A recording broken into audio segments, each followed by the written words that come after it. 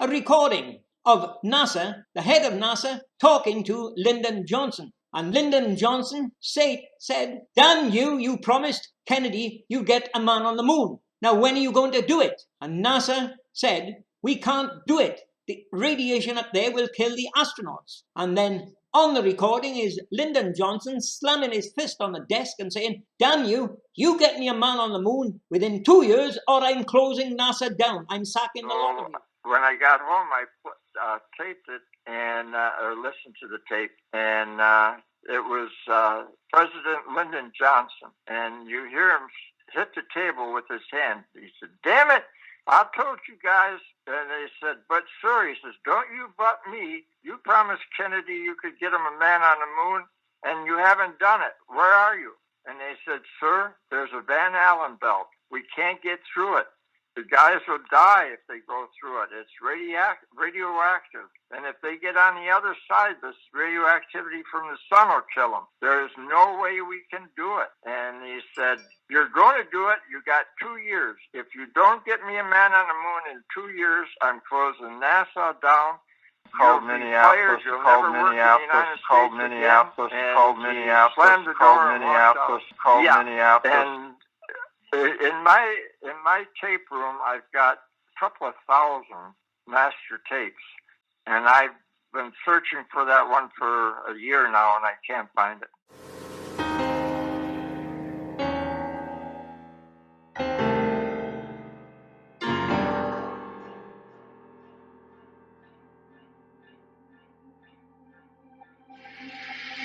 He said, "My name is," but I can't remember his name. But I can't remember his name, but I can't remember his name, but I can't remember his name. He said, "I'm an aircraft technician. And one day I had to bring a plane to this certain hangar for repairs." I got the airplane all fixed except for some little parts, a handful of parts. And that's what caused the fire anyway. The exhaust system came apart and I needed the bolts to bolt it back together. So I got on the radio on the airplane and called Minneapolis, and they said, "Go to the giant hangar. There's a hangar that's a mile long." I brought the plane there. I went to the hangar and there was this door. I opened the door, I went inside, and I looked around in amazement. "What the hell's going on here?" I said to myself. I went to this hangar, and in the giant doors that they bring the aircraft in, there's small doors. So I went to the first one, it was locked. Second one was locked. Third one was broken, and I opened it, and bells went off, and I said, "Uh-oh, I shouldn't be in here." But I had taken a few steps inside the building, and the entire hangar from one end to the other was filled with dirt. The walls were painted with like white mountains, and it was all black up above it. He said all the floor for this hangar was covered in soil, maybe about 3 or 4 inches of soil. And there was rocks and stones about here, there and everywhere, and certain pieces of the equipment that I don't recognize, or I didn't recognize. And he said the walls were all painted with white mountains and hills. And he said on the side, I noticed two white suits hanging down. My first impression was that they were diving suits. I walked in, I turned around, and as I did, there was what I called 3 white deep-sea diving suits. I later found out they were space suits. And this funny-looking contraption that I had never seen before, and there was cameras and lights and all the stuff like a movie set.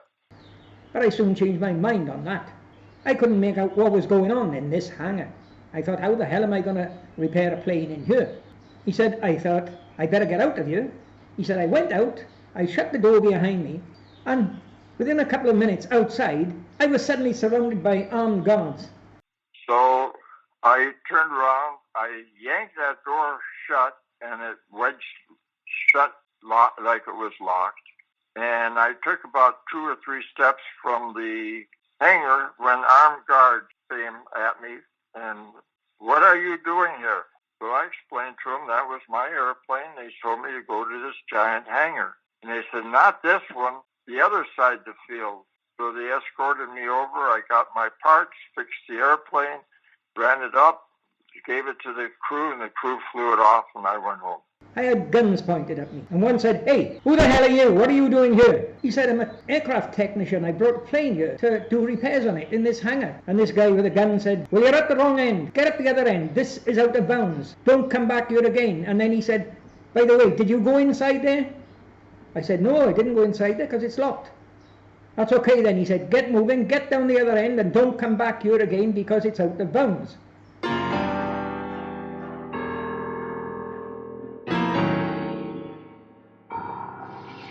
Remember earlier on, I told you this guy was asked by another lady at that meeting, and where was this hangar? Well, I can now tell you what he said. He said it was in Chicago. So I got on the radio on the airplane and called Minneapolis, Minneapolis, Minneapolis, Minneapolis, Minneapolis, and they said, go to the giant hangar. There's a hangar that's a mile long. So what I done recently, I started doing a bit of research. I plotted into Google aircraft hangars, Chicago, and you'll be surprised there was plenty of them.